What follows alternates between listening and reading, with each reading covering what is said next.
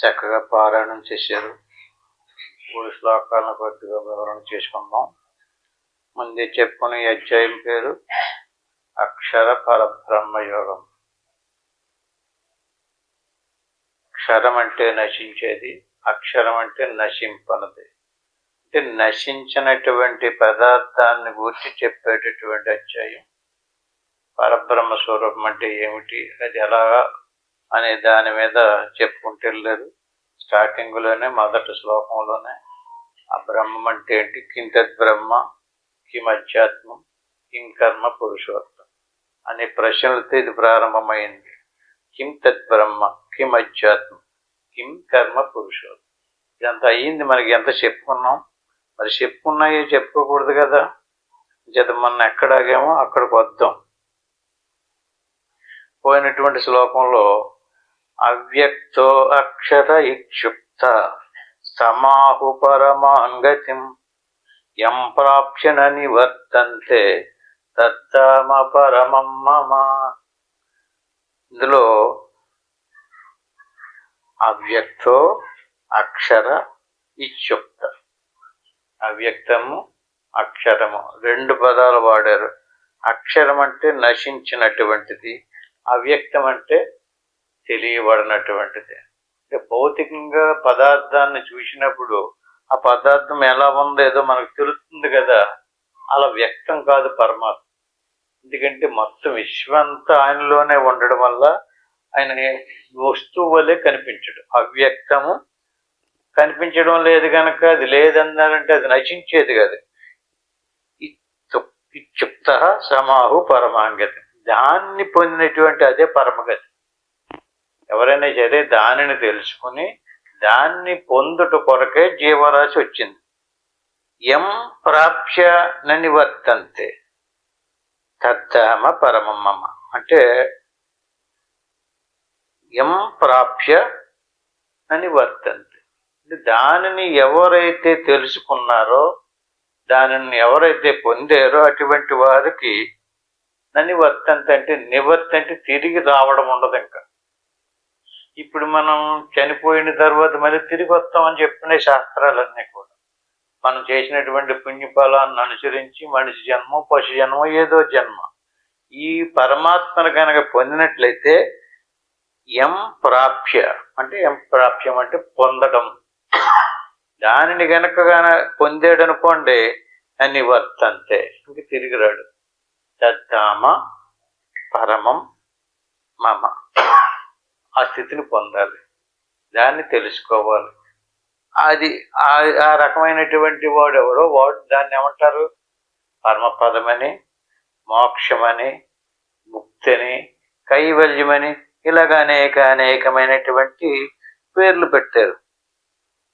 పురుషస్య పరపాద భక్తియ లభ్య త్వనన్యయ ఉపాయం కూడా చెప్పేశారు ఇక్కడ. ఏమని, అటువంటి పరమపదం ఎలా లభించదు, భక్తిగా ఆరాధించినటువంటి వాడు భక్తియా, భక్తులకే లభించాడు అతను. సరే, ఆ భక్తి ఎలాంటి భక్తి అయి ఉండాలి? భక్తి 2 రకాలు. బాహ్యంగా దేవుణ్ణి ఆరాధించటం. ఇక్కడ ఏమని చెప్పాడు ఈయన, అనన్యము అంటే తనకంటే వేరుగా దేవుణ్ణి ఆరాధించినటువంటి వాడికి దేవుడు కష్టం. దేవుడికి తనకి భేదము లేదని తెలుసుకుంటే సులభం. పురుషస్య పరపార్థ భక్తియ లభ్య స్తనన్యయ. ఏ రకంగా లభించాడైనా సులువుగాని భగవంతుడు? ఆ భగవంతుడు కాదు, ఆ పరమపదం ఎలా లభించదు మనకి? అనన్యము. ఎంత యశాంతస్థాని పోతాని ఈయన సర్వం మీద ఉంటారు. ఆయన్ని, ఈ విషయం అంతా ఆయన్ని ఆశ్రయించుకునే ఉంది. ఈ అంతట్లోనే ఆయనే ఉన్నాడు. అంచేత ఈ అంతం అంటే చివరిలో ఆయనే ఉన్నాడు. మనం అలా సాధన చేసుకుంటూ వెళ్ళామనుకోండి, చివరికి మిగిలింది అదే, యశ్యంతస్థాని పోతాని. మనలోనే కాదు, అందరిలోని కూడా అంతములో ఉన్నటువంటి ఆ స్థితి, ఆ పరమపదం అదే. అంచేత ఈయన సర్వం మీద ఉంటారు. ఈ రకంగా ఆ పరమపదం ఏదైతే ఉందో దానిని తెలుసుకున్నటువంటి వాడు మోక్షాన్ని పొందుతాడన్నారు కదా. ఎత్ర కాలే త్వనావృత్తి మహావృత్తిం శైవ యోగిన. వృత్తి అంటే పరిణామము. ఎత్ర కాలే అంటే కాలము. ఎత్ర ఏ కాలంలో త్వనా వృత్తి, వృత్తి పరిణామం చెందుతుంది కదా. మా వృత్తిం శైవ యోగినగా. వృత్తి అంటే ప్రయాణం చేయటము. ఇక్కడి నుంచి ఇదంతా ఊడిపోయిన తర్వాత, లొంగిపోయిన తర్వాత శరీరం పోయిందనుకోండి, జీవి ప్రయాణం చేసి వెళ్ళిపోతుంది, తిరిగి మళ్ళీ వస్తుంది ఆ శరీరం కోసం.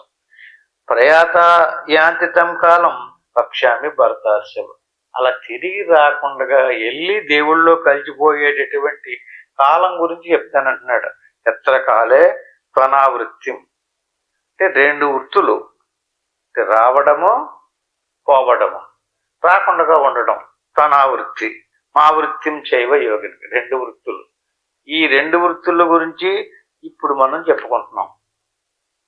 దాన్నే కాలాన్ని విభజించి ఏ కాలంలో జీవి ప్రయాణం చేశాడో, ఎవడు వస్తాడో, ఎవడు తిరిగి రాడో చెప్తున్నాడు. దాన్ని ఈ శ్లోకం కూడా మనం అగ్నిర్జ్యోతిర్రా శుక్ల షణ్మాస ఉత్తరాయణ తత్ర ప్రయాత గచ్చంతి బ్రహ్మ విదో జన. అంటే ఏ కాలంలో ప్రయాణం చేస్తే తిరిగి రాడో, ఏ కాలంలో ప్రయాణం చేస్తే తిరిగి వస్తాడో దాని గురించి చెప్తున్నారు. ఏదా కాలం అంటే రెండు కాలాలు చెప్పాడు. అగ్నిర్జ్యోతి రా శుక్ల. దీన్ని శుక్లపక్షము, దక్షిణాయనము, ఉత్తరాయణము, రెండు అయనాలు. అయనం అంటే నడక. ఏంటో అగ్నిర్జ్యోతి రా శుక్ల షణ్మాస ఉత్తరాయణం 6 మాసాలు. ఇది ముందు భౌతికంగా చెప్పినప్పుడు దీనికి లోపలికి వెళ్దాం. భౌతికంగా అంటే ఇప్పుడు ఏమి నెల? ధనుర్మాసం కదా, పండగ నెల. ఇప్పుడు ఎన్నాలైంది నెల పట్టి? ఏమంటారు దీన్ని? మనకు రాసులు 12: మేషము, వృషభము, మిథునము, కర్కాటకము, సింహ, కన్య, తుల, వృశ్చికము, ధనుస్సు, మకరం. సూర్యుడు ఒక్కొక్క నెలలో ఒక్కో రాశిలో ప్రవేశిస్తాడు. ఇప్పుడు మొన్న ధనుసు రాశిలోకి ప్రవేశించాడు. అందుకని దీనికి ధనుసు సంక్రమణము అంటారు. ధనుసు రాశిలో ఉన్నంతకాలం ధనుర్మాసం అంటారు. ధనుర్మాసంలో నుంచి తిరిగి మకర రాశిలోకి ప్రవేశిస్తే దాన్ని మకర సంక్రమణం అంటారు. అంటే మకర రాశిలో ప్రవేశించింది, ఆ మకర రాశి నాడు ప్రవేశించినటువంటి మకర సంక్రమణకి సంక్రాంతి అని పేరు. పెద్ద పండుగ అంటున్నారు కదా. ఏంటిది ఆ విశేషం అంటే, ఈ రకంగా మకర రాశి నుంచి మళ్ళీ కర్కాటక రాశిలోకి ఒక్కొక్క నెల మారుకుంటూ కర్కాటక రాశిలోకి వస్తాడు. కర్కాటకం నుంచి మళ్ళీ మకర రాశిలోకి వచ్చేదాకా దక్షిణాయనం. కర్కాటకం నుంచి మకర రాశిలోకి వస్తే మకర రాశిని కర్కాటకంలోకి దక్షిణాయనం. కాలాన్ని 2 రోజులుగా విభజించారు. ఇప్పుడు మనం రోజుని 2 వాటాలుగా వేసాం. ఒకటి పగలు, ఒకటి రాత్రి. పగలు ఎలుగు, రాత్రి. ఈ రాత్రింబాగుల్లో ఎవరిని బట్టి ఏర్పడి? సూర్యుడి నుంచే. సూర్యుడు ఉన్నంతకాలం పగలు, సూర్యుడు అస్తమిస్తే రాత్రి. సేమ్ టు సేమ్ అదే విధానంలో సూర్యుడు ఒక్కొక్క రాశి నుంచి ఒక్కొక్క రాశిలోకి మారుతూ ఉంటాడు. ఈ గ్రహాలు 9. ఈ గ్రహాలన్నీ కూడా అలాగే మారుతూ ఉంటాయి. సూర్యుడు ఒక నెల ఉంటాడు అన్నాం కదా. చంద్రుడు అయితే ఒకరోజు 24 గంటలే ఉంటాడు. అదే బృహస్పతి 12 సంవత్సరాలు ఉంటాడు. శనీశ్వరుడు 7 సంవత్సరాలు 6 నెలలు ఉంటాడు. అంటే ఒక్కొక్క రాశిలో ఈ 12 రాశులు మొత్తం అందరూ తిరుగుతుంటారు. ఆ రాశుల యొక్క ప్రభావాన్ని బట్టి ఇక్కడ కాలం మారుతూ ఉంటుంది అన్నమాట. ఆ కాలం గురించి చెప్తానంటున్నాడు. ఏంటి కాలం? ఉత్తరాయణం, దక్షిణాయనం, మకరము, కర్కాటకము. ఈ 2 తెలియాలి మనకి. దక్షిణం పరకార్యం శీఘ్రం కరోతీతి దక్షిణ. దక్షిణం దక్షిణ దిక్కుకి ప్రయాణం. దక్షిణం పరకార్యం అంటే ఏంటండి? మన పని కాదు, మన కార్యం కాదు అది. దక్షిణ దిక్కుకి దక్షిణం పరకార్యం శీఘ్రం కరోతి దక్షిణం. అంటే మనందరము కూడా దక్షిణ దిక్కుకి ప్రయాణం చేస్తున్నాం అంటుంది శాస్త్రం. అంటే మన దక్షిణ దిక్కుకి ఎవడైతే మనం ఎన్ని పూజలు చేయండి, ఎన్ని చేయండి, యజ్ఞాలు చేయండి, అంతా బహిర్ముఖంగా కదా చేస్తున్నాం. అంటే బహిర్ముఖంగా చేసేదంతా కూడా దక్షిణ దిక్కు.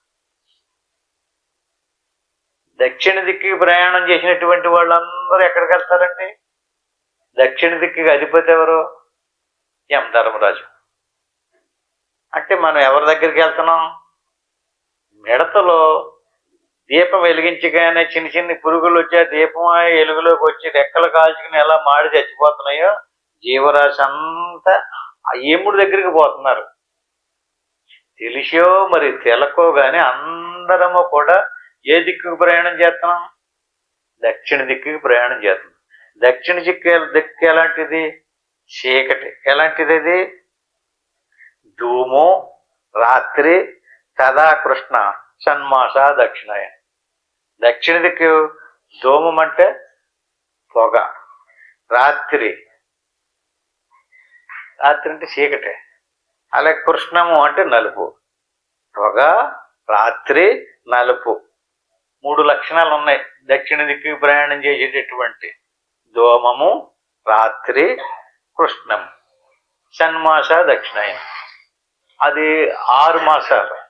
ఇదో అగ్నిర్జ్యోతి శుక్లం. అగ్ని జ్యోతి, అలాగే శుక్లం. శుక్లం అంటే తెలుపు, పగలు, ఎలుగు. ఉత్తరాయణం వైపుకి ప్రయాణం చేయటం ఏమనుకో, ఇప్పుడు సంక్రాంతి నుంచి మళ్ళీ కర్కాటకంలోకి వచ్చేదాకా దక్షిణాయనం అంటున్నారు. దక్షిణాయనంలో చనిపోయినా సరే ఇక్కడ ఏం చెప్తున్నాడో ఆ ప్రకారంగా చనిపోతే దక్షిణ దిక్కు ప్రయాణం అవదు. అంతర్ముఖ వృత్తిలో ఎవడైతే ప్రాణం వదిలేడో వాడికి మోక్షం అవుతుంది. ఆ రకంగా అంతర్ముఖ వృత్తితోటి కాకుండా బహిర్ముఖ వృత్తిలో ఎంత గొప్పవాడైనా సరే అది దక్షిణాయనం. అంతర్ముఖ వృత్తి మా వృత్తిని శైవ యోగిన. అంటే యోగి చేసేటటువంటి ప్రయాణంలో ఒక నడక ఉంది, వృత్తి. ఆ వృత్తి ఏంటిది? దక్షిణము. దక్షిణం అంటే లక్ష్యం కదా. శీఘ్రం పరకార్యం. వెంటనే బయటికి లెగ్గాని దేనికోసం మనకు ఏమేం కావాలో, ఏమేమి వస్తువులు ఉన్నాయి వాటి కోసం పరిగెడుతున్నాం కదండి. శీఘ్రం కరోతి, శీఘ్రంగా వెంటనే చేస్తుంటాం. ఈ రకంగా అగ్నిర్జ్యోతి శుక్ల షణ్మాస ఉత్తరాయణ. ఎలుగు, జ్యోతి, తెలివి, ప్రకాశం. ఏంటి? జ్ఞానేంద్రియాలు 5, బుద్ధి. ఈ 5 6 మాసాలు. జ్ఞానేంద్రియాలన్నీ శ్రోత్రము, త్వక్కు, చక్షు, జిహ్వ, ఘ్రాణం. ఈ 5 బుద్ధితో కలిసి. అంటే బుద్ధి లేదు ఇప్పుడు మనకి. బహిర్ముఖంగా చేసేటప్పుడు మనసు పనిచేస్తుంది. బహిర్ముఖంగా ఉన్నంత సేపు ఇంద్రియాలు ఎటువైపుకి తిరిగినాయి. అలాగా కర్మేంద్రియాలు, కర్మేంద్రియాలు వాక్కు, పాణి, పాదము, ఉపస్థ, వాయువు. 5 ఈ 5 ఆటలతోటి మనసు కలిపితే దక్షిణాయనం. అది బహిర్ముఖం. కర్మేంద్రియాలతో మనసును ప్రవేశపెట్టి పనిచేస్తున్నాం అనుకోండి, అది దక్షిణాయనం. జ్ఞానేంద్రియాలతోటి బుద్ధిని కలిపి ఏంటి?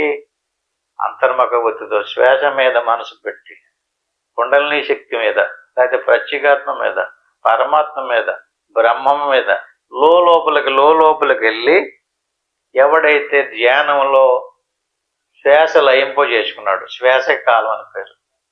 ఎత్ర కాలే అంటే కాలం, అది అయినము అంటే నడక. ఉత్తరాయణము ఏంటంటే ఉత్తరం ఏది? ఈ దిక్కు. ఉత్తర దిక్కు అంటే అదే దక్షిణ దిక్కు. మనకు సూర్యుడికి ఎదురుగుండగా నుంచున్నాం అనుకోండి, కుడి చేతికి ఎదురుగుండగా ఉన్నటువంటి కుడి చేతి వైపు ఉన్నటువంటి దిక్కు దక్షిణ దిక్కు. ఎడమ చేతి వైపున ఉన్నటువంటి దిక్కు ఉత్తర దిక్కు అంటాం. ఉత్తర దక్షిణాలు. ఈ ఉత్తర దక్షిణాలు అనుకుని సూర్యుడు కూడా ఇప్పుడు చూడండి టేపు ఇలా జారుతుంటాడు. కాంతి వస్తుంది, పగల పెరుగుతుంది ఉండి కోల్ది. ఇప్పుడు రాత్రి పెరిగింది కదండి, సంక్రాంతి వెళ్ళిన కానించి మళ్ళీ విధానం మారుతుంటుంది అనమాట.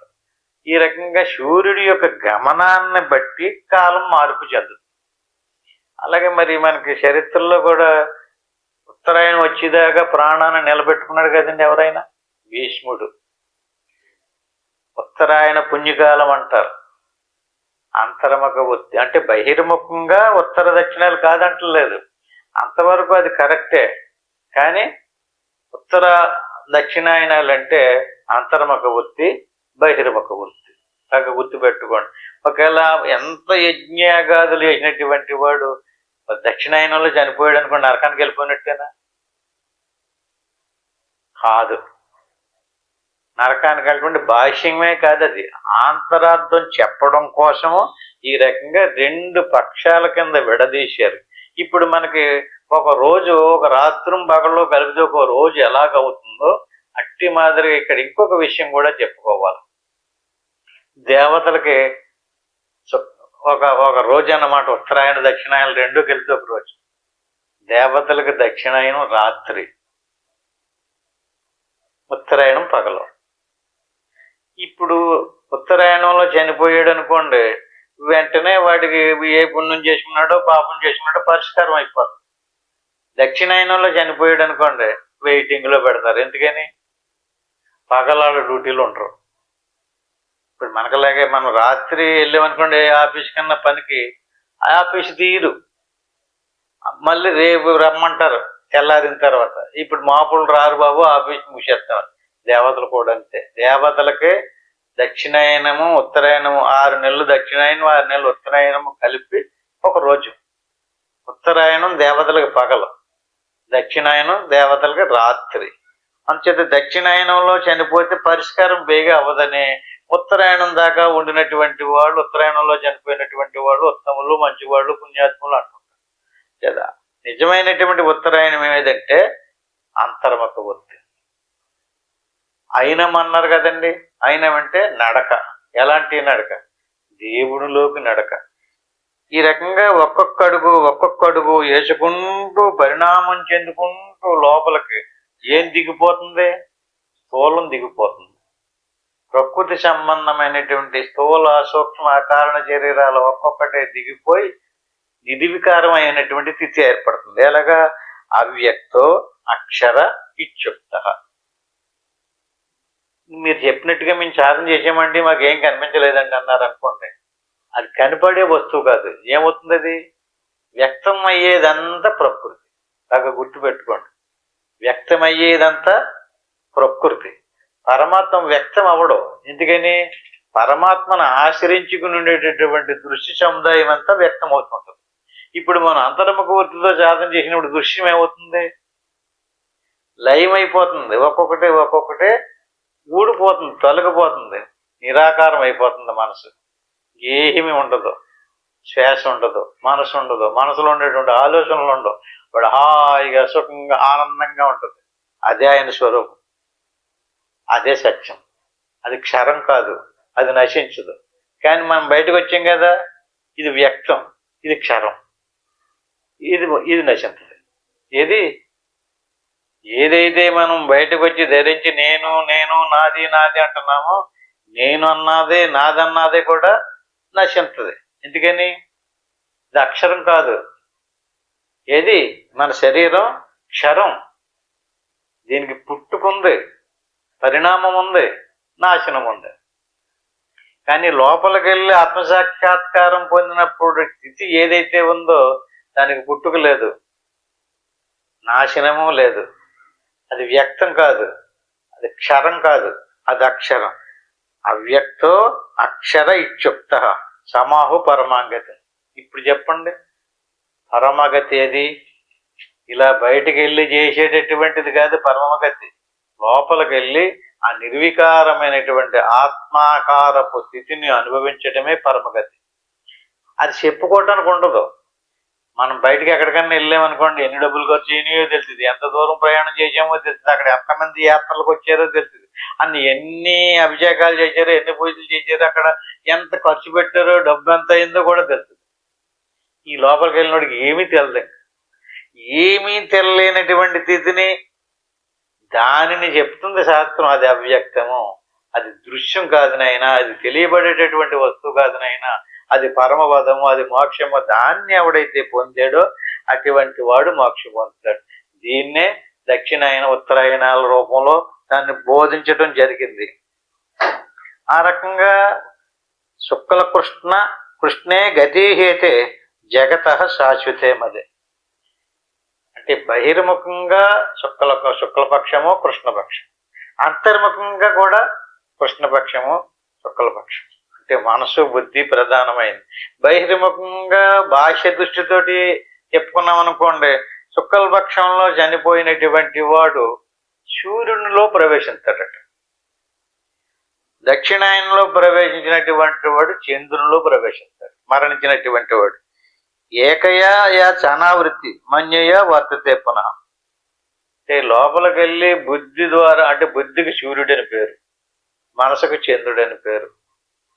అంటే బుద్ధిని ఉపయోగించి మనం జ్ఞానేంద్రియాల ద్వారా తెలివి కలిగి ఎరుకు కలిగి జ్ఞానంతో లోపలికి ప్రయాణం చేసినటువంటి వాడికి లోకంలో ఎవరైనా సరే శుక్ల కృష్ణే గతి హేతే, ఇదే దారి. మోక్షం పొందాలనుకున్నటువంటి వాడు ఈ రకంగా అంతర్ముఖ వృత్తితో ప్రయాణం చేసి మోక్షం పొందుతాడు. అట్టి మాదిరిగా కాకుండా బాహ్యంగానే శుక్లపక్షంలో మరణించినటువంటి వాడు సూర్యుడిలో ప్రవేశిస్తాడు. అక్కడి నుంచి సూర్యుడి దగ్గర నుంచి దేవలోకం తీసుకెళ్తారు, ఆ పుణ్యఫలాలు అనుభవింపచేస్తారు. అదే దక్షిణ పక్షంలో దక్షిణాయనంలో చనిపోయినట్లయితే జీవుణ్ణి చంద్రయానం అంటారు, దాన్ని చంద్రుడిలోకి ప్రవేశపెడతారు. అక్కడి నుంచి తిరిగి మళ్ళీ జన్మకి తీసుకొస్తారు. అంటే జీవి అప్పటి నుంచి ఇప్పటికీ అలా అప్పటి నుంచి తిరుగుతూనే ఉంది. ఏకయా అనావృత్తి మన్యయా వర్తతే పునః. ఆవృత్తి అనావృత్తి రెండు వృత్తులు ఉన్నాయి. పరిణామం చెందుకుంటూ వెళ్ళడము, అందులో కలవడము, పరిణామం లేకుండా తిరిగి రావడము. చూడండి, కేవలం బాహ్యార్థంగానే తీసుకోక్కర్లేకుండా చాలా స్పష్టంగా ఈ శ్లోకాల్లో వివరంగా చెప్పారు. చూడండి, 27వ శ్లోకం, నైతే శృతి పార్థ జానన్ యోగి ముష్యతి కచ్చన. యోగి అనే పదాన్ని ఎందుకు వాడుతున్నారండి? దక్షిణాయనం ఉత్తరాయణాలే సత్యమైనట్లయితే యోగి అనకూడదు కదా. నైతే శృతి పార్థ జానన్ యోగి ముష్యతి కచ్చన. అంతే, యోగాభ్యాసం చేసేటటువంటి సాధకులు ఎవరైతే ఉన్నారో వీళ్ళు నైతే శృతి పార్థ జానన్ యోగి ముష్యతి కచ్చన. యోగి అయినటువంటి వాడు ఈ రెండు దారులు తెలుసుకోవాలి. రెండు దారులు ఏవి? జ్ఞానేంద్రియాలు, బుద్ధి, అంతర్ముఖ వృత్తి. బుద్ధిని మేలుకొల్పాలి. సూర్యుడు ఉదయించినప్పుడు ఎలా వెలుగొస్తుందో అట్టి మాదిరిగా మన బుద్ధి మేలుకున్నప్పుడు మనకు తెలియదు. బుద్ధి మరుగుబడి మనసు వచ్చిందనుకోండి, అప్పుడు కూడా వెలుగొస్తుంది. మరి రాత్రులు చంద్రుడు వస్తున్నాడు కదా, కానీ సూర్యుడి యొక్క ఎలుగుని చంద్రుడి యొక్క ఎలుగుకి డిఫరెన్స్ లేదా? చంద్రుడి నుంచి కూడా వెలుగొస్తుంది, అలాగే మనసు నుంచి కూడా తెలివస్తుంది. మనకి మనసు నుంచి వచ్చేటటువంటి తెలివి బాహ్య వస్తువులు తెలిసేలా చేస్తుంది. బుద్ధి నుంచి వచ్చేటటువంటి తెలివి ఆత్మను తెలుసుకునేలా ప్రేరేపిస్తుంది. ఇది బుద్ధి. మనస్సు, మనసులో బాహ్య సంబంధమైనటువంటి దృశ్య సంబంధమైనటువంటి విషయాదులకు సంబంధించిన ఆలోచనలు, కోరికలు అన్ని మనసులో ఉంటాయి. మెలకు వచ్చేటప్పటికి ఏదవుతుంది? మనసు. ఎవరిని మనసు మార్పు చెందలేదో వాడి పరిస్థితి ఏంటి? దక్షిణాయనమే. అంటే మనసు మార్చుకోవాలి. ఎంత సత్సంగం ఆలకించినా, ఎన్ని శాస్త్రాలు చదివినా మనసు మారలేదు కదండి, వాడి పరిస్థితి అంతే. మామూలు పాత పాటే పాడుతుంటాడు. ఇది ఏం మారాలి ఇక్కడ? మనసు మారాలి. మనసు మారితే ఏమవుతుంది? బుద్ధి అవుతుంది. అందుకని మన లోకంలో ఎవరినైనా తేడాగా మాట్లాడితే అది బుద్ధి లేదా, బుద్ధి లేకుండా మాట్లాడుతున్నాడు అంటారు కదండి. మాట ఎలా మాట్లాడతాడు అంటే మనసుతో. మనసుతో మాట్లాడేటువంటిదంతా కూడా మనసు శుద్ధమైంది కాదు. మనసు ఎంచేపు కూడా స్వార్థంతో కూడుకుని ఆలోచన. రాత్రులు పగలు చూడండి, మనకి మెలకువలు పగలు ఎలుగు అంటున్నాం. అప్పుడు మనం బాహ్య ప్రపంచంలో దృశ్యాలన్నీ స్పష్టంగా చూడగలుగుతున్నాం. రాత్రులు కూడా కనపడుతుంది కదా చంద్రుని యొక్క ఎలుగులోని. అట్టి మాదిరిగా మెలకువ సూర్యుని యొక్క ప్రకాశం, అలాగే స్వప్నము చంద్రుని యొక్క ప్రకాశంలో కనపడుతుంది.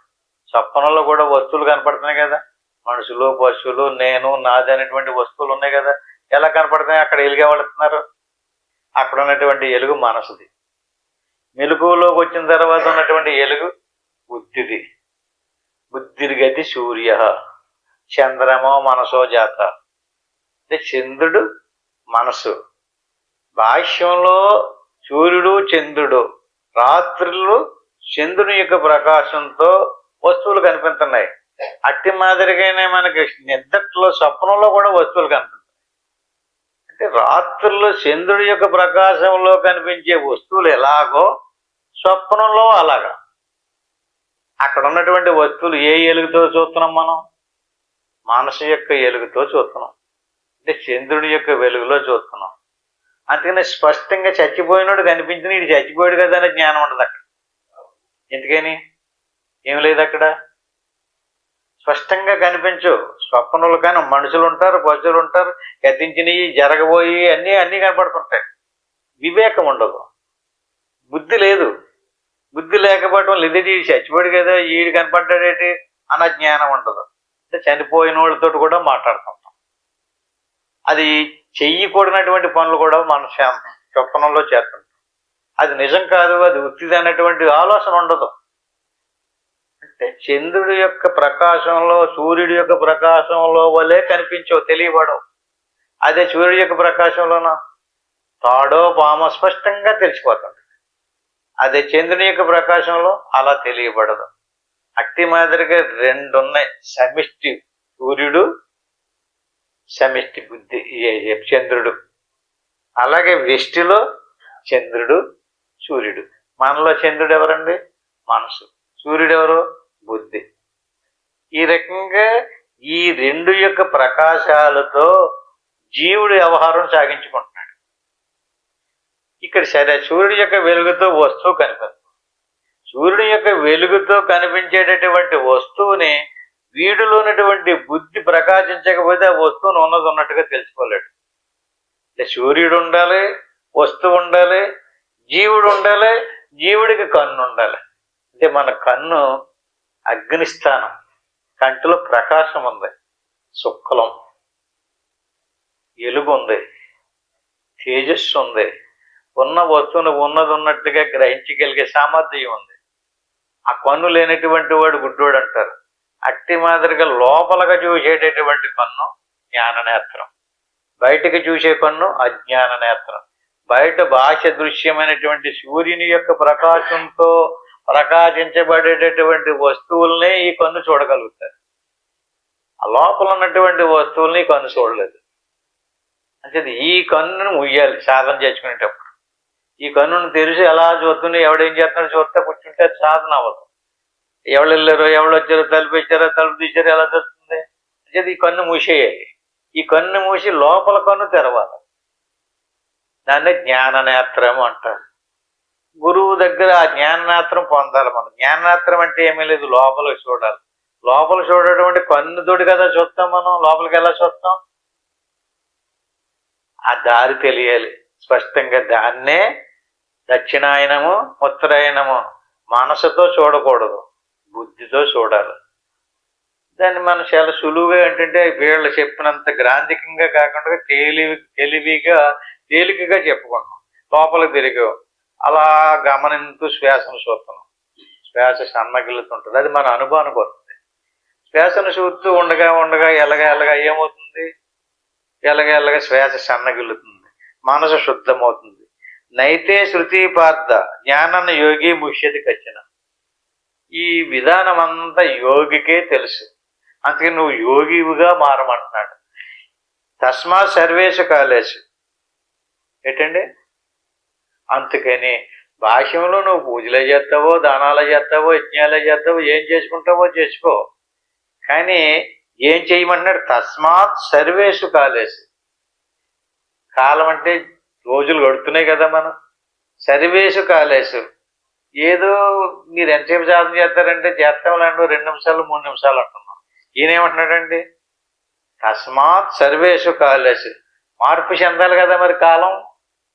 అంటే దక్షిణాయనం పోయి ఉత్తరాయణంలోకి రావాలి కదా. ఉత్తరాయణంలోకి రావడానికే మకరం అన్నారు. దక్షిణాయనానికి సంబంధించినటువంటి రాశిని కర్కాటకం అంటే పీత, మకరం అంటే మొసలి. మొసలిని ఎప్పుడన్నా చూసారా? ఎక్కడ ఉంటుంది అది? నీటిలో ఉంటుంది. పీత గర్భం ధరించిందనుకోండి, జన్మించడానికి దానికి మార్గం లేదు. ఆ పిల్లలు పుట్టడానికి అంటే పిల్లలు పుట్టిన తర్వాత డొక్క తీసి ఎప్పుడైనా పీతలుగా వండుకుంటారు కదా, దాని కడుపులో ఇన్ని పిల్లలు ఉంటాయి. ఆ పీత జన్మకి రావడానికి బయటకు రావాలంటే ఏం చేయాలి? పీతను తినేస్తాయి. తల్లిని తిని జన్మించేది గనక పీత. ఎలాగా? పీత ఎలా జన్మ అయింది? తల్లిని చంపెత్తేనే వాటికి జన్మ వస్తుంది. అంతేగాని తనంతట తాను సహజంగా ఇప్పుడు మన అందరికి పిల్లలు పడుతున్నారు కదా, తల్లి బ్రతికుంటుంది, పిల్లని పోషిస్తుంది. పీత పోషించడానికి లేదు, అది చచ్చిపోవాలి. అంటే కడుపులో ఉండే తల్లి యొక్క మాంసం అంతా తినేస్తాయి, ఆ డొక్క చేసేస్తాయి అనమాట. అంతే, తల్లి చచ్చిపోద్ది, అందులోంచి బయటకు వచ్చేస్తాయి పిల్లలు. ఇప్పుడు పీత జన్మ ఎలాంటిది? పీతకి అవిద్యకి సంకేతం. మాయ మొసలి.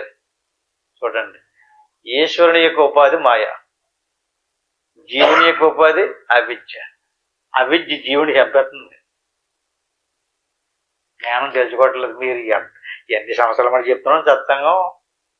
మళ్ళీ లెగిసేటప్పటికి మళ్ళీ పిల్లోడు తల్లో పిల్లమో మొగుడు ఆస్తులో ఉన్నాయో లేదని ఎలా పరిగెట్టిస్తుంది? ఎవరో పరిగెట్టించేది పీత. అవిద్యకి చిక్కుకున్నాడు. అవిద్యకి చిక్కుకున్నటువంటి వాడిని అవిద్య చంపేస్తుంది. అంచేది అవిద్యని దాటి ఇందులోకి రావాలి, మాయలోకి రావాలి. కర్కాటంలో నుంచి మకరంలోకి రావాలి. మకరం అంటే పీత, మొసలు అన్నాం కదా. మొసలంటే మాయ, అంటే ఈశ్వరుని యొక్క ఉపాధి. మనం డైరెక్ట్గా దేవుళ్ళలోకి వెళ్ళిపోలేము, మాయలోకి ప్రవేశించాలి. మాయ దాకా రావయ్యా నువ్వు. మాయ దాకా వచ్చినట్లయితే నేను కలుపుకుంటానంటున్నాడు అతను. మనం సాధన చేసుకుంటూ ఎల్లగా ఏమవుతుంది? మనసులో ఉన్నటువంటి మాలిన్యం అంతా దిగిపోయి శుద్ధమైపోయింది అనుకోండి. శుద్ధమైపోయినటువంటి మనసుకి మాయ అని పేరు. అదే మనసు మలినమైపోయింది అనుకోండి, దాన్ని ఏమంటారు? అవిద్య. ఒకటే వస్తువు, మలినమైనటువంటి మనసు అవిద్య, శుద్ధమైనటువంటి మనసు మాయ. దాని శుద్ధాంతఃకరణము మలినాంతఃకరణం అంటారు. శుద్ధాంతఃకరణం ఎవరిలో మార్పు చెందిందో మాయగా మార్పు చెందింది. ఎవరికి తన యొక్క మనసు శుద్ధమయ్యి మాయగా మారిందో వాడికి శక్తులు ఏర్పడతాయి, సిద్ధులు ఏర్పడుతుంటాయి, మహిమలు ఏర్పడుతుంటాయి. కారణం ఏంటి? మాయగా మారింది. మాయగా మారినటువంటి వాడు ఈశ్వరుడు అయ్యాడు. అటువంటి వాళ్ళని ఈశ్వరుడు మళ్ళీ తన క్షేత్రంలోకి తీసుకుని ఏదైనా పదవులు ఇవ్వచ్చు, లేకపోతే ముక్తినివ్వచ్చు. అంటే మాయ నుంచి కూడా దాటిపోయి దేవుళ్ళలో కలిసిపోతే మోక్షం వస్తుంది. అందుకని వేదేషు యజ్ఞేషు తపస్సు చేయవ దానేషు యత్పుణ్య ఫలం ప్రతిష్టం. వేదాలు పఠిస్తుంటారు, వేదాలు పారాయణం చేస్తుంటారు, యజ్ఞాలు చేస్తుంటారు. గొప్ప గొప్ప లక్షల కోట్లు ఖర్చు పెట్టి వేదేషు వేద పారాయణలు చేస్తుంటారు, యజ్ఞేషు యజ్ఞాలు చేస్తుంటారు. ఒక్కొక్కరు భార్యాపిల్లలను వదిలేసి శరీరాన్ని బాగా కష్టపెట్టి అడవులకు పోయి తపస్సులు చేస్తుంటారు. నువ్వు అంత చెంపడక్కర్లేదని చెప్తున్నారు. చూడండి, వేదేషు యజ్ఞేషు తపస్సు చేయవ దానేషు యత్పుణ్య ఫలం ప్రతిష్ట. ఒకటి 24 గంటలు సంపాదించుకున్న దాన్ని వాళ్ళకి దానాలు చేస్తుంటారు. నువ్వు దానాలు చేయక్కర్లేదు, యజ్ఞాలు చేయక్కర్లేదు, పూజలు చేయక్కర్లేదు, నోములు చేయక్కర్లేదు, వేదాలు కూడా చదవక్కర్లేదు. వేదేషు యజ్ఞేషు తపస్సు చేయవ దానేషు యత్పుణ్య ఫలం ప్రతిష్ట. ఇవన్నిటి వల్ల ఏం పుణ్యం రాదు అంటలేదైనా. అన్నిటి వల్ల కూడా పుణ్యం వస్తుంది, కానీ ఆ పుణ్యం నీకు మోక్షాన్ని ఇవ్వవు. అదేంటి? మళ్ళీ తీసుకురావడానికే పనికొస్తాయి అవి. చనిపోయినటువంటి వాడిని తీసుకెళ్ళి ఆ పుణ్యఫలాన్ని అక్కడ అనుభవింపజేయడం కానీ, లేదా మళ్ళీ తీసుకొచ్చి మళ్ళీ ఏదో మంచి జన్మ కలిగించడం కానీ చేస్తాయి ఈ పుణ్యాలు. ఇదో అచ్చేది చచ్చదవ మిదం విదిత్వ, ఇది సమస్త పుణ్యకార్యాలు కంటే అధికమైనటువంటి అచ్చేది తత్సర్వ మిదం విదిత్వ, ఎన్నిటికంటే ఎక్కువ పుణ్యాన్ని ఇవ్వడమే కాకుండా యోగి పరం స్థానం ఉపైతి సాధ్యం. అవిద్యని మాయగా మార్చుకుని ఈశ్వరుడు అయిపోతున్నాడు. ఈశ్వరుడు అయిపోవటం అంటే ఎలాంటి పని? జీవేశ్వరైక్ష్యం అంట. జీవుడు ఎవరయ్యారు? ఇలా పట్టుకెళ్ళి వస్తువుని పట్టుకెళ్ళి ఏ నాయకుని తీసుకెళ్ళి గంగలో కలిపినట్టుగా కలిపి తెలుసుంటే పాయసంగా ఎలా కలపాలి? ఇలాగే వెళ్ళాలి. ఎలాగా? లోపలికి అలాగ అభ్యాసం చేయగా వేరే దారి లేదు. ఇటువంటి సులభమైనటువంటి చూడండి, శ్లోకాన్ని చదవండి, నేర్చుకోండి. వేదేషు యజ్ఞేషు తపస్సు శైవ దానేషు యత్పుణ్య ఫలం ప్రతిష్టం అచ్చేది చత్సర్వమిదం విదిత్వ యోగి పరం స్థానముపైతి సాధ్యం. దీనికి కొలత లేదు. కొలత అంటే మనం నూతికి వెళ్ళి బిందో చెంబు పట్టుకెళ్ళి అనుకోండి, కొలతతో నీళ్లు వస్తాయి. అట్టి మాదిరిగా దీనికి కొలత లేదట. ఈ పుణ్యానికి ఎంత పుణ్యం ఇది? జీవుడు లేడు, ఇంకా ఈశ్వరుడు అయిపోయాడు. ఈశ్వరుడు అయిపోవడం అంటే ఎంత అదృష్టం అండి! ఎంత పుణ్యం, ఎంత పుణ్యం చేస్తే ఈశ్వరుడు అవుతాడు. వేదాలు చదవలేదు, మేము చదువుకోలేదండి, మాకు సంస్కృతం రాదండి, మాకు వేద పారాయణం చేయడం రాదండి అంటే ఎవరు చేయమన్నారు? వేదేశు యజ్ఞాలు లక్షలు ఖర్చు పెట్టి చెయ్యాలి. యజ్ఞాలు, పూజలు, నోములు, వ్రతాలు, యజ్ఞాలు, యాగాలు, దానేషు యత్పుణ్యఫలం ప్రతిష్టం. ఈ అన్నిటికంటే గొప్ప అదృష్టం జీవుడు ఈశ్వరుడిగా మారిపోయేటటువంటి యోగం, సాధన. అంతే నేనేమన్నాడు? తస్మా సర్వేషు కాలేషు యోగయుక్తో భవార్జున. ఏం చేయమంటున్నాడు? యోగమును యుక్తి అంటే ఏంటి? యుక్తి అంటే ప్రజ్ఞ కలిగి చెయ్యాలి. నేను రోజు 2 గంటలు కూర్చుంటాడండి, 3 గంటలు కూర్చుంటాను, ఏం తెలుసుకోలేదు కానీ అలా కూర్చుని మళ్ళీ వచ్చేస్తున్నానని అంటుంటాడు. అక్కడ ఏమి లేదు. యుక్తి. చూదులో దారం ఎక్కించే దేవుడు ఎలాగ ఎక్కింతారు? అలా పరధ్యానంగా ఇలాగ ఎక్కించేస్తే ఏమి పని అవ్వదు కదా. ఏ కాలం మీద ఏదన్నా వంతుని లాంటిది పట్టి లాంటిది వేసారనుకోండి, దాని మీద ఏ బిందె పట్టుకున్నాడు అంటే ఎంత ఏకాగ్రత, ఏ మోబో పట్టుకుని వెళ్ళాలంటేనే. అట్టి మాదిరి యుక్తి అంటే ఏంటి? ఏకాగ్రత. యోగము యుక్తి 2 పదాలు. యోగాన్ని ఆచరించడం అంటే శ్వాస మీద మనసు పెట్టావు, బాగానే ఉంది. కానీ అక్కడ శ్వాస మీద మనసు పెట్టి ఉందా లేదా చూసుకోవాలి. మళ్ళీ ఇంకోటి ఏదో గుర్తొచ్చింది, ఏ పూజ చేయాలి, ఏ యజ్ఞం చేయాలి, నాకు టైం అయిపోతుంది అంటాడు. ఎక్కడి నుంచి జారిపోయి వచ్చేస్తున్నాడు? బ్రహ్మాండమైనటువంటి జీవుడు ఈశ్వరుడు అయిపోయేటటువంటి దారి వదులుకొని అందులో పోతున్నాడు. అంచేత మకరము అంటే మొసలి అంటే మాయ ఈశ్వరుడిని పొందింపజేస్తుంది. కర్కాటకం అంటే పీత జన్మను కలిగింతుంది, నరక స్వర్గాలు తిప్పుతూ ఉంటుంది. అంచేత 2 మార్గాలను మనకు చక్కగా ప్రతిపాదించారు. ఇలా బ్రహ్మాండమైనటువంటి విధానంలో చూడండి. ఇప్పుడు ధనుసు రాశి మళ్ళీ మొదలుకు వచ్చాం. ఏంటి ధనుసు రాశి? ఏంటి ధనుసుని ఎప్పుడన్నా చూశారు మీరు? ధనుసు అంటే తెలుసా? బాణాన్ని ఎక్కిపెట్టి వదులుతారు కదా, అవునా? మకరంలోకి ఇంకా వెళ్ళలేదు, ధనుసులోకి ప్రవేశించాడు. ధనుసులో నుంచి మకరంలోకి వెళ్ళేదాకా ధనుసు రాశి. ఈ నెల ఎలా ఉంటారు చెప్పండి? ప్రతి ఇంట్లోనే ముగ్గులు వేసుకుని, కొత్త బట్టలు కొట్టించుకుని, పిండి వంటలు తయారు చేసుకుని, నెల పొడికి వచ్చిన వాళ్ళకి లేదనుకుండగా దానాలు ధర్మాలు చేస్తుంటారు. ఒక పండగ వాతావరణంలో ఒక పుణ్యకార్యాలు ఎవడో చెప్పలేదు వాళ్ళకి. దేశవ్యాప్తంగా జరుగుతున్నారు కదా ధనుర్మాసం. ఏంటిది? ధనుసును ఎక్కిపెట్టి ఎలాగైతే గురి చూసి ఆ పక్షిని కొట్టడానికి ఎలా ఉపయోగిస్తామో బాణాన్ని గురిపెట్టి, అలాంటి ధనుసు రాశి అన్నమాట. అంటే మకర రాశిలోకి ప్రవేశించడానికి ముందు ధనుసు రాశి. ధనుసు రాశిలో చేసేటటువంటి పూజలు, యజ్ఞాలు, యాగాలు, దానాలు మొదలైన మనలో చూశారండి. మొదటి సబ్జెక్టులో కర్మోపాసనలు, అక్కడ మనసును శుద్ధి చేస్తుంది, పుణ్యఫలం ఏర్పడుతుంటుంది. అంచేత చక్కగా మంచి మంచి పనులు చేసుకుంటూ వచ్చినోడికి సహకారం చేస్తూ దాన ధర్మాలు చేసుకుంటూ ఉండే మాసం ధనుసు రాశి, ధనుర్మాసం. ఆ నెల పొడికి హరిదాసులు గట్ట తెల్లారి గట్టలు భజనలు చేస్తుంటారు, చాలా భక్తిభావంతో ఉంటారు, చాలా దాన ధర్మాలు చేసుకుంటూ ఉంటారు. మకర రాశి ఆయాలు ఏం చేస్తారండి? అది 3 రోజులు పండుగ. ఒకసారి గుర్తు తెచ్చుకోండి. మొదటి రోజు ఏం పండుగ? భోగి. భోగం అంటే ఏంటండి? భోగం అంటే సుఖం అనిపించడం, భోగం. భోగి. ధనుసు రాశి అంత అయ్యింది, చిట్ట చివరి రోజు అనమాట. ఇంకా లాస్ట్లోకి వచ్చేసాం. పోగొట్టిందంతా ఎలా పోగొడతారు? భోగినాడు మంట వేస్తారు కదా, భోగి మంట అంటారు. ఆ మెటీరియల్ సామాగ్రి ఎక్కడది? దొంగతనం చేసి పోగొడతారు కొంతమంది పిల్లలు. అవునా? కొంతమంది ఇంటింటికి తిరిగి దండుతారు. కష్టపడి చెట్లు గట్ట, ఎండిపోయిన చెట్లు గట్ట కొట్టుకొచ్చి పోగొడతారు. ఈ కష్టపడి సంపాదించింది దండుకొచ్చేసింది, దొంగతనం చేసి పట్టుకొచ్చింది మొత్తం అంతా కొట్టేసి అంటుంటారు. అది భోగమంట. అదేనా? ఇదేంటండి ఇంత కష్టపడి దొంగతనం చేసి పోగొట్టుకొచ్చిందంతా అంటించడం ఏంటి? ఇదంతా కర్మరాశి అంతా అక్కడ తగులడుతుంది. అదే భోగి. అది తగిలడితేనే కానీ మకర రాశిలో ప్రవేశం అవ్వదు. భోగి వెళితేనే కానీ సంక్రాంతి రాదు. భోగినాడు మొత్తం అంతా కర్మ అంతా దగ్ధమైపోయింది. మనం ఏమేమి సంపాదించుకుంటాం అది ఇలాగెళ్తేనే జరిగింది. భోగి వెళ్ళిపోయింది కదండి, అన్నాడు వచ్చింది ఏమేమి పండుగ? పెద్ద పండుగ. చూడండి, ఆ రోజు ఏం చేస్తుంటారు?